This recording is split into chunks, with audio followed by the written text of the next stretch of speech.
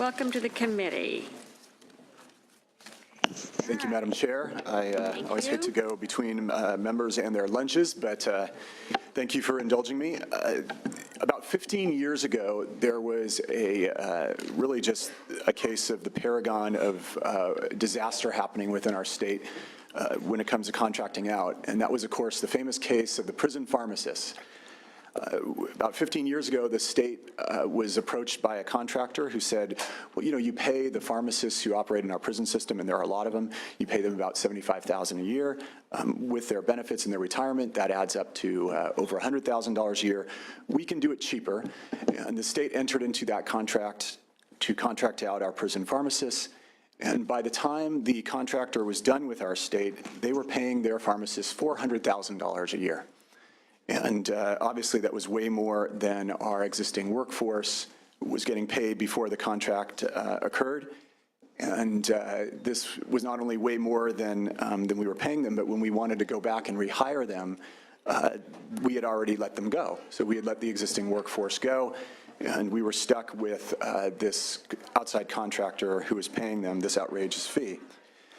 The result of that was a bipartisan effort to require state agencies, when they engage in contracting out, to prove a few things. They wanted, now we have to prove that there are indeed going to be cost savings. We have to conduct a public and competitive bidding process. And that is designed, of course, to protect taxpayers, something I know is near and dear to everybody on this committee. Obviously, the existing workforce has some advantages. They are stable. They are trained.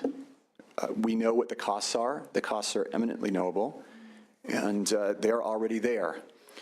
So it's that tension that the rest of state agencies engage in. They have to engage in a competitive bidding process, identify cost savings, and weigh it with the fact that we already know what the costs are for the existing workforce and what would happen if we fired them and then need them again. Unfortunately, these standards do not apply to the Cal State system. And I would submit that in higher education, our taxpayer dollars they're always important, and they're always near and dear to us, but in the Cal State system, where we've faced tremendous cuts in recent decades, we have to guard those dollars even more carefully. So are there problems? You know, there's a lot of bills around here that are solutions in search of a problem. Oh yes, there are a lot of problems. Let's go through a few of them. There was a $28 million contract for IT infrastructure that was not put out for competitive bid. It was just handed to a company with no question, no opportunity for other companies to do it, to bid on it, or say if they could do it cheaper, or for that matter, for our existing IT workers to probably handle the project. You had an example at Cal State Northridge where we contracted out the custodial positions.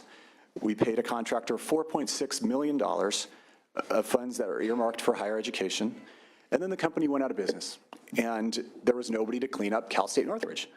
So then we had to try to go back and hire the people that we had fired 4 years before, but of course they were dispersed, and there was still nobody to clean up Cal State Northridge. So then we had to hire somebody else at an emergency basis, and I think we're paying them $100 grand a month to clean up Cal State Northridge. We also had the example at San Francisco State, where there were 246 felonies committed in the process of contracting. And because of this, again, there was a bipartisan effort to request an audit into Cal State's contracting practices, and the audit revealed $500 million in cost overruns. It's $500 million in taxpayer funds and cost overruns that stem from contracting out. So I know that there's different opinions on this board when it comes to the compensation for state workers, but I'm not asking those members to consider that. This is not about that. This is about taxpayer resources and how we handle them. This is about do we get the best for our students? Because when we contract out, when we have $500 million in cost overruns, and we have $28 million contracts that are not going out for competitive bid, when we have companies going out of business and we let go an entire workforce to hire a company and then it takes our money and goes out of business, that's a problem, and that's something we should seek to remedy.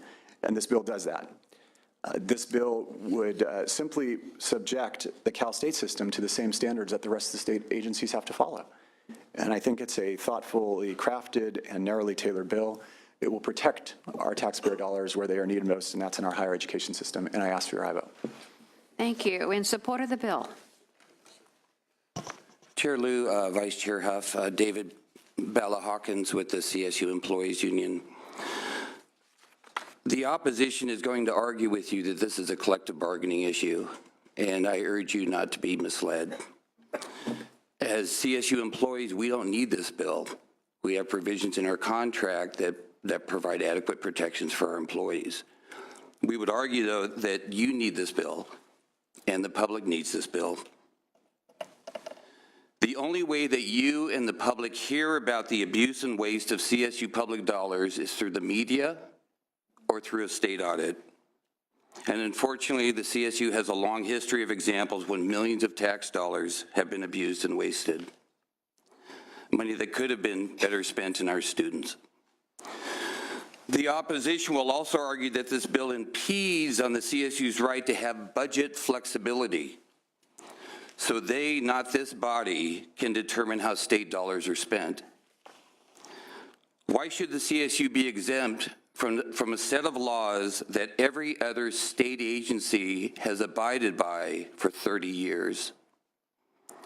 And what are the outcomes from this budget flexibility that allows the CSU to avoid state oversight or accountability? Mr. Gatto shared some of the issues, a little bit more detail at CSU Northridge. The company was Diamond Contract Services. As Mr. Gatto mentioned, it was a $4.6 million cost after laying off 14 janitors. I was asked in one of my meetings, well, did they illustrate any sort of cost savings? Well, in this instance, the only way that we would have cost savings is if those janitors were being paid $329,000 a year. San Jose State University. The contract was with Cisco Systems, which was a major donor to the university, also a close friend of the campus president.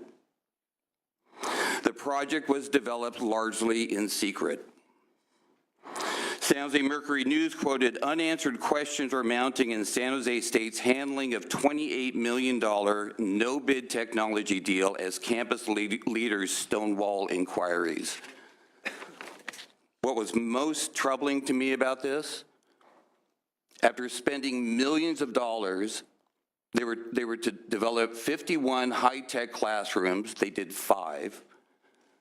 As part of their expenditures, they bought $400 video phones, thousands of them. But what was most troubling for me is that when the chancellor heard about this and it became public in the media, the chancellor said that they would not be investigating this problem. Finally, Mr. Gatto talked about the biggest one of all, state audit that occurred in 2003 for a project that still is having problems called the Common Management System. That project, and I quote, the state auditor said that the university's previous cost projections understated the full cost of CMS over its now 9-year project period. And I want to emphasize what those overrun costs were, $500 million. We scrambled this year to get a little bit extra money in the CSU. I can't imagine what we would do with $500 million to help out our students and help students have access. And finally, I quote, the CSU's procurements for software and consultants on the project raise questions about the fairness and competitiveness of the university's practices. We have historical examples of the CSU wanting to avoid any sort of oversight or accountability of these projects that are in the millions, the tens, and in some cases hundreds of millions of dollars. Now, according to the CSU, and this is in your analysis, there were 7,000 personal services contracts in 2013 that cost $500 million. There is a site on the CSU website called the Transparency site, and you can go in and click on any campus in the CSU and find out how many personal services contracts there are. CSU's claiming $500 million. If you look at Sacramento State, which I did this morning about 5 o'clock, There are 819 outside contracts just at Sacramento State, totaling $233 million. How can they claim that there's only 7,000 system-wide for $500 million? What this bill does, senators, is very, very, very simple. First of all, the bill does not prohibit the CSU from contracting out. We don't want to keep the CSU from contracting out because there are services that are necessary to contract out. This bill does not prohibit that. What the bill does require is that an open, competitive bidding process is conducted. Seems like a fair request. And that cost savings occur, that they must demonstrate cost savings. Every other state agency is required to do this, but the CSU is not, and you can see from the examples that they definitely need some better oversight. So the question to me is, why does the CSU oppose accountability? What is the CSU afraid of? Which begs the question, what are they hiding? If the CSU doesn't want to tell the public how they're spending state money, then they shouldn't be taking the public's money. Without legislative oversight and accountability, the CSU has approved personal service contracts without demonstrating state cost savings or even the functionality or necessity of state-funded projects. Again, we ask that you not be fooled by the opponents. This bill is not about collective bargaining, but it is about good government and being responsible stewards. It is about requiring a public competitive bidding process and ensuring that outside contracts provide cost savings to the state. AB 2183 will provide much needed accountability of the CSU budget and will help to ensure that state funds are not spent in a wasteful and unnecessary fashion. We ask for your aye vote. In support of the bill. Good afternoon, Michelle Castro with the Service Employees International Union. CSU does have a process for contracting out. However, what is clearly missing are the due diligence standards that are in AB 2183 that will protect taxpayer dollars.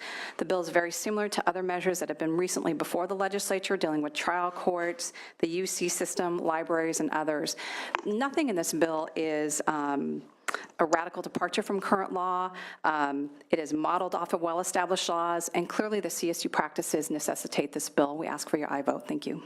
Thank you. Others in support of the bill? Hello, yes, honorable senators. I'm Amy Heinscheich. I'm a mom, and I'm with the University Professional and Technical Employees, CWA Local 9119, in strong support. Thank you. Nora Lynn on behalf of the California Faculty Association in support. Okay, all right. Any others in support of the bill? Is there opposition to the bill? Would you make some room up front, please?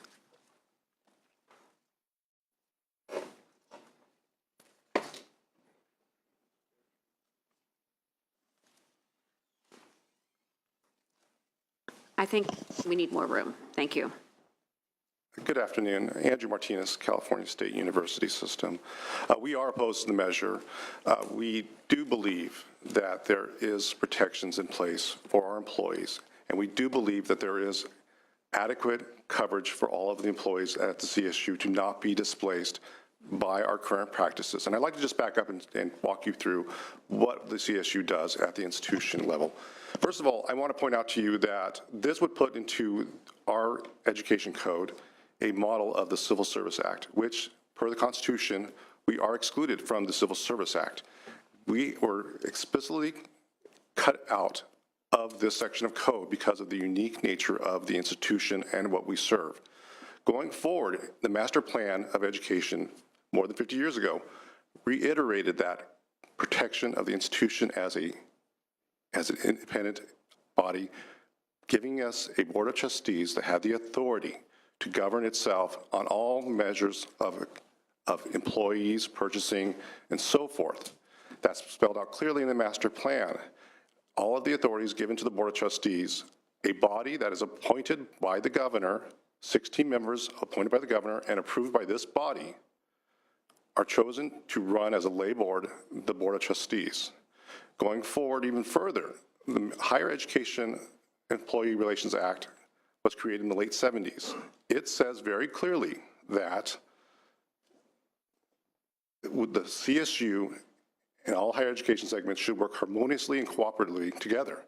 Before that point in time, there were no unions at the CSU at all. Since that point in time, we now have about 12 different collective bargaining units on our campuses. That agreement says that we must meet with and confer with our members to come up with a union contract. We do have a contract with CSUU that allows us to contract out. It clearly stipulates the steps that we must go through when we contract out for employment. And I would point out that that contract says that we must meet and confer with all of our unions about the activities that we plan to contract out. And we are not allowed to displace any of our employees as part of this process. So we believe that the legislature has time and time again demonstrated that the CSU should have the authority to manage itself separately and not as a state agency. It's clear to us that we are not considered a state agency. As a matter of fact, in the late 90s, a bill was put into law that said that should a legislative measure be put forward saying that you should buy green pencils on Tuesday, you should think about, does this mean that the state institution should have to buy those pencils? Do you need to add the CSU? Frankly, we are in the education code. We live and die in the education code. We're not in the Constitution. We understand the power the legislature has on us. I think we take it very seriously. The Board of Trustees is responsible for managing the system. We have in place a process that we think works. Whenever we have a contract, a desire to contract out, we must meet and confer. With me today, I have Renee Castro, our Assistant Vice Chancellor for Labor Relations, and also Arun Kasuba, our Chief Procurement Officer for the CSU. I'd also like to just kind of walk you through some of the points made by the author in the analysis. Obviously, I don't have all of the points because some of them were thrown at us at the last minute, so I apologize. But I would point out to you that I don't know the history on the Northridge incident. I would say to you that per the contract, again, we are not allowed to displace employees. So I'm not sure how this would have happened. I honestly don't know. If we had displaced employees, we would have been in violation of our contract. If we were in violation of our contract, the Public Employees Relation Board would have hammered us. They would have hammered us. They have that authority to go after us and do the necessary actions that are appropriate. Now, on the issue of common management system, this was done before I was employed by the CSU. This was done in the early 2000s when I just started moving here to Sacramento. So I don't know all the history of it, but I will tell you that we think it's a success. We think that all of our campuses are using it to manage all of our services on our campuses for enrolling, for all of the human resources things we do. And I would point out to you very blankly, point blank to you, CSU EU employees manage common management system. They are CSU EU employees that are running our common management system. So clearly the system was working. With that, I'd like to turn over my testimony to Renee, if you have any additional comments to the bill. Okay. In opposition to the bill, or can you address some of the concerns that have been raised by the author? I cannot speak to them specifically. Okay. I would like to say a few things about Sure. You know, one of the arguments that's been made is that what's good for civil service agencies is good for the CSU. And I think if that were true, the history of the various collective bargaining statutes that exist today would probably be singled down to one, because again, we're talking about collective bargaining, we're talking about employees. You would think it could be, a similar approach could be adopted for all. That is obviously not the case. And I think the legislature in its wisdom recognized the need to have individualized collective bargaining statutes that recognize the conditions under which the public agencies that are governed by them operate.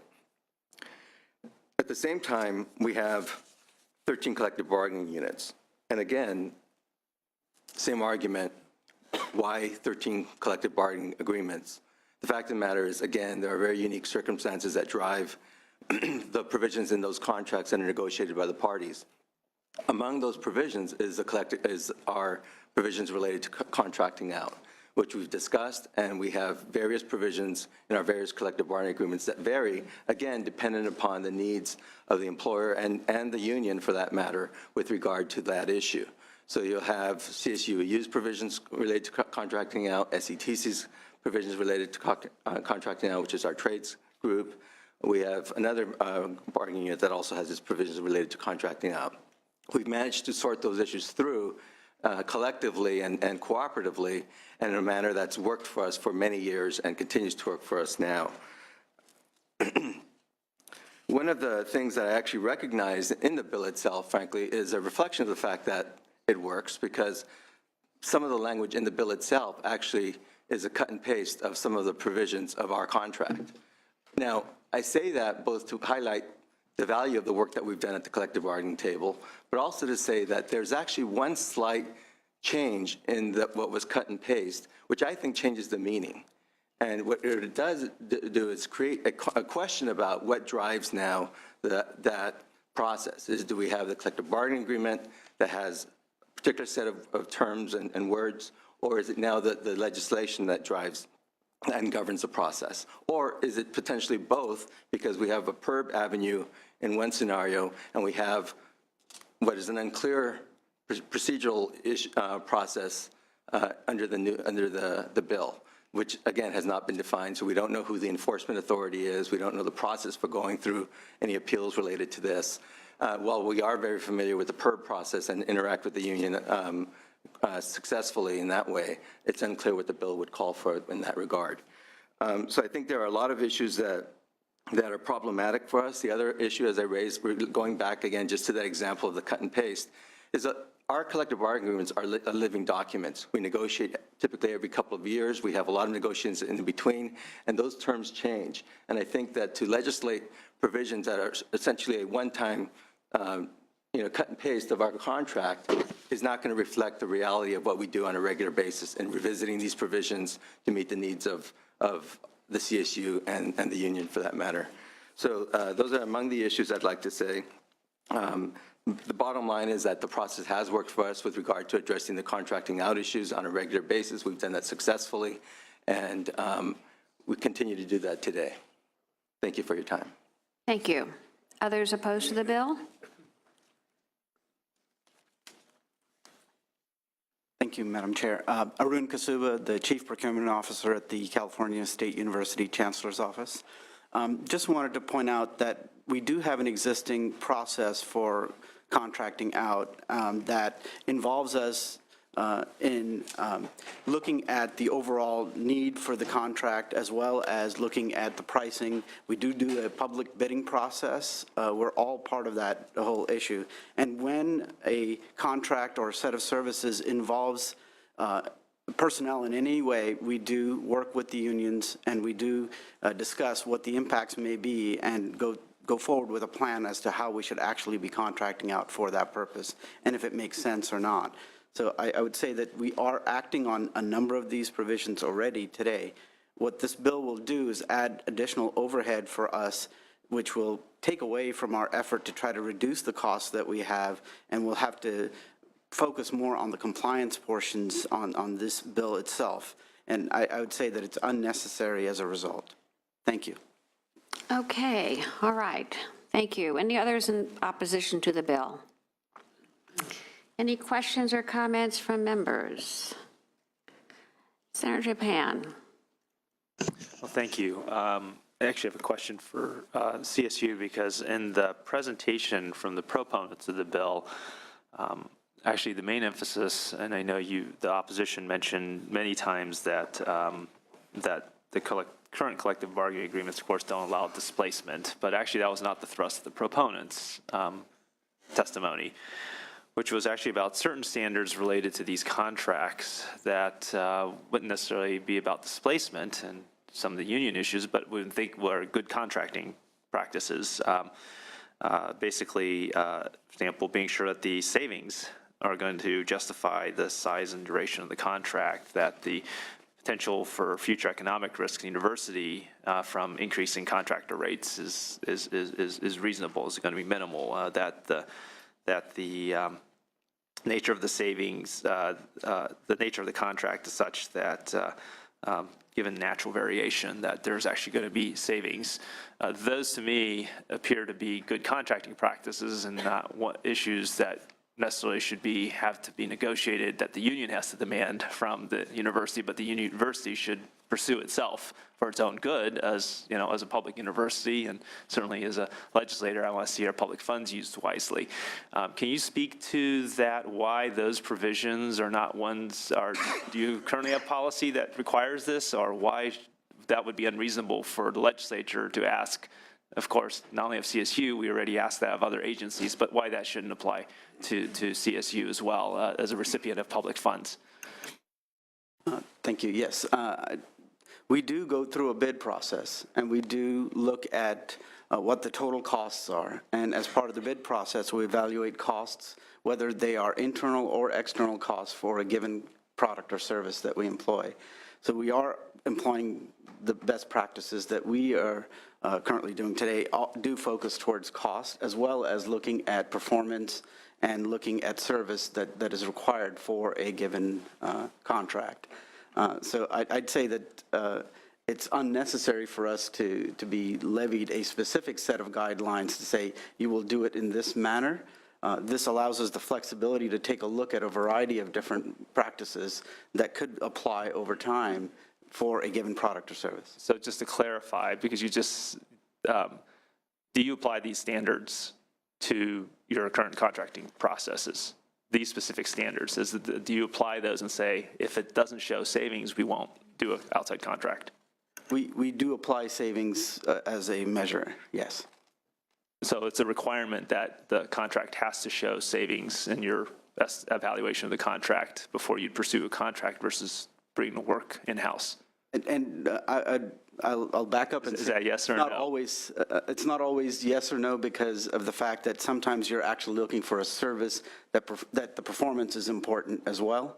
That, for instance, if I take the lowest bidder and they can't fulfill the service, I can't place the contract with that service. Right. Well, given those conditions, I'd say yes. We're looking for the best price we can get for the service that fulfills the needs. Okay, that's not quite answering my question, but I hear what you're saying. I mean, again, this is not standard saying that it has to be lowest bidder. Obviously, we want to have qualified people doing the work, whether in-house or out, if, contracted out. But that the net, when you decide between do I bring it in-house and who I have to hire to do that versus I contract it out, and contract out for qualified bidders who have qualified personnel, that there would be a net savings for the. Yes, we are looking for net savings when we're. Okay, but that's not a definitive absolute, that's not a standard that's universally applied. As far as I know, it's universally applied at the CSU. Okay. Senator Block? Thank you, Madam Chair. Got a few questions just to clarify from the proponents.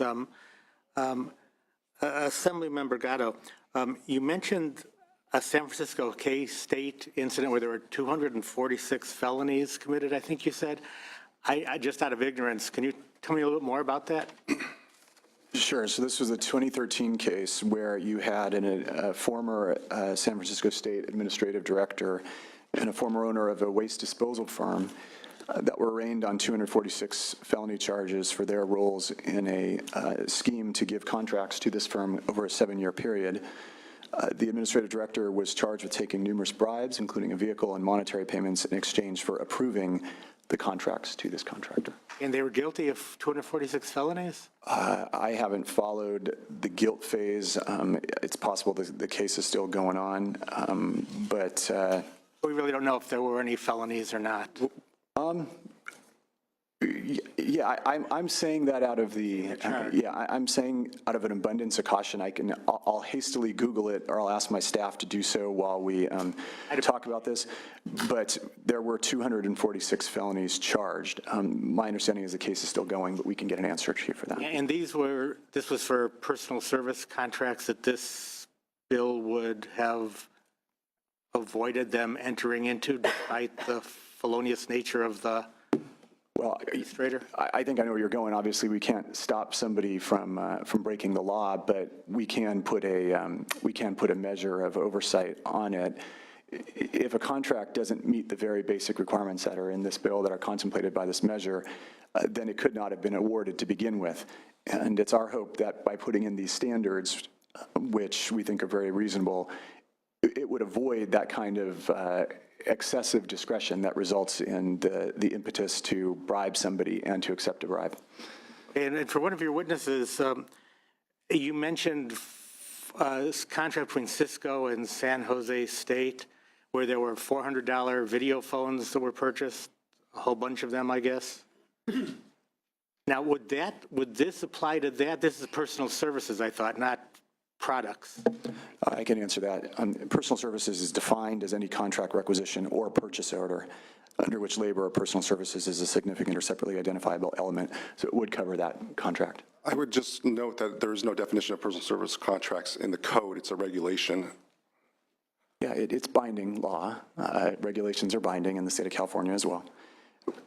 If you're proposing an amendment where we could stick that in our bill, we'd be more than happy to do so, but it is under current law and regulations have to be followed as current law. So this bill wouldn't just cover what's traditionally understood as personal services, it would also cover purchase of all supplies and contracts by the CSU? It would not cover supplies because in supplies contracts, labor is not a significant component. But when there's an amorphous contract to say, we're going to give $5 million to this firm to do consulting, or we're going to give $10 million to this firm to do educational outreach. Once the $10 million is given, so that's a personal service contract because labor is a significant component.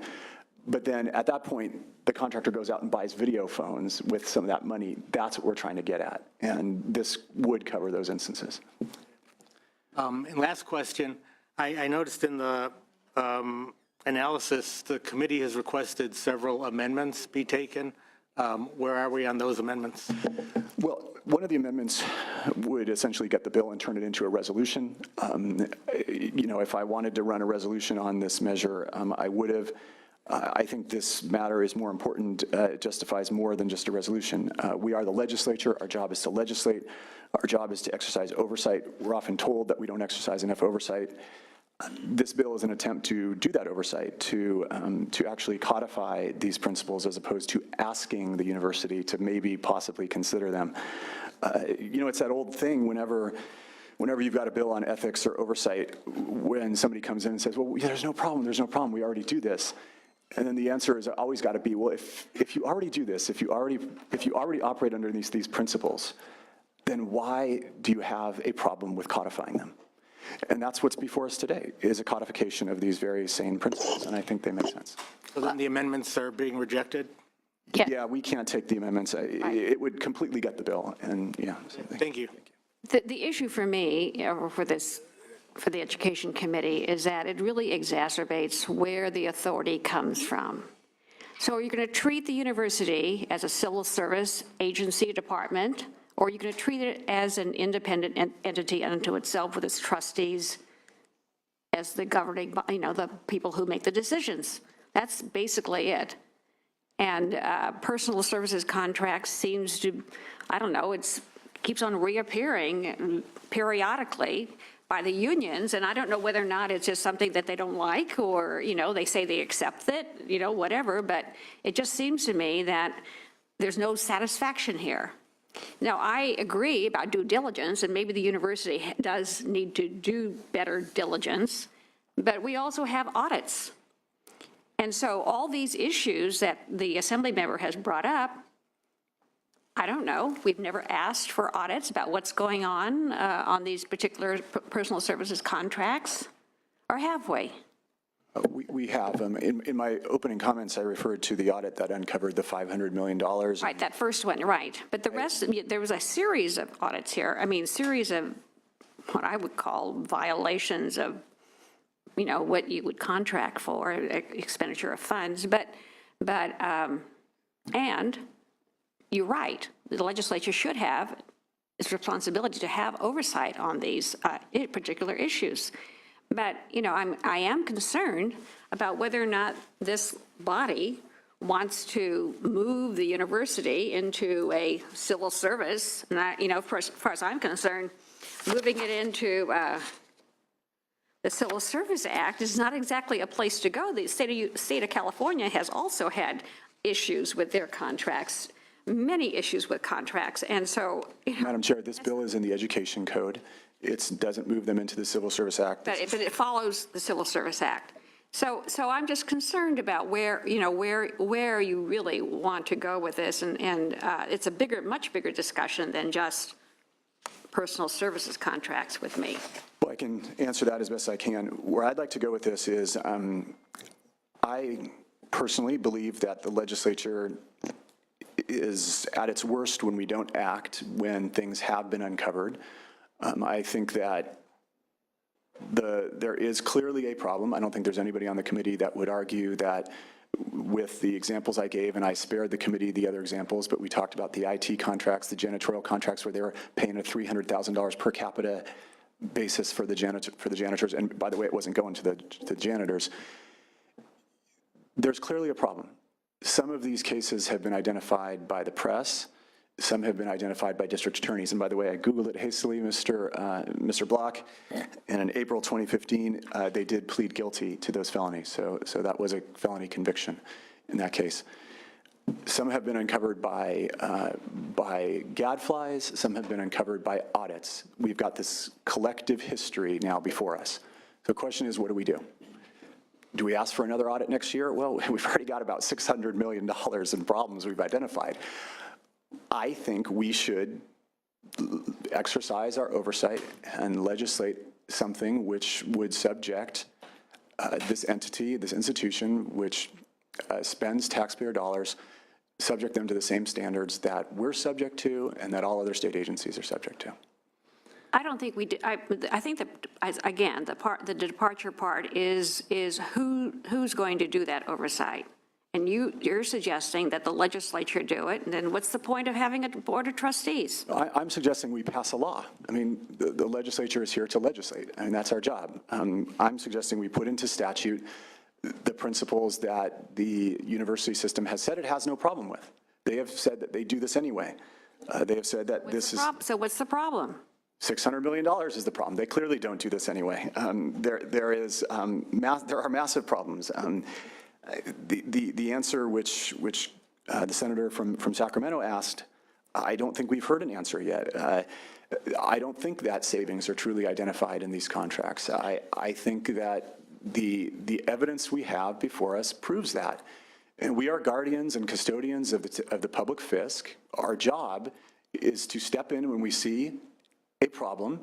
And here, clearly, there is a problem here. I mean, there is a problem. There are examples after examples of problems, and I think we have to act. Thank you. Okay, any other questions from members?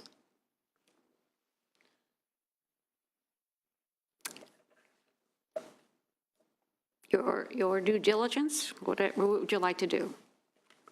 Bill. All right. The bill has been moved. Any other comments from members? All right, let's call the roll. Item 15, AB 2183, the motion is due pass to appropriations. Lou? No. Lou, no. Block? Hancock? Huff? Leyva? Mendoza? Monning? Pan? Aye. Pan, aye. Vidak? No. Vidak, no. That's 1, 2. Okay, Thank you for your consideration. thank you.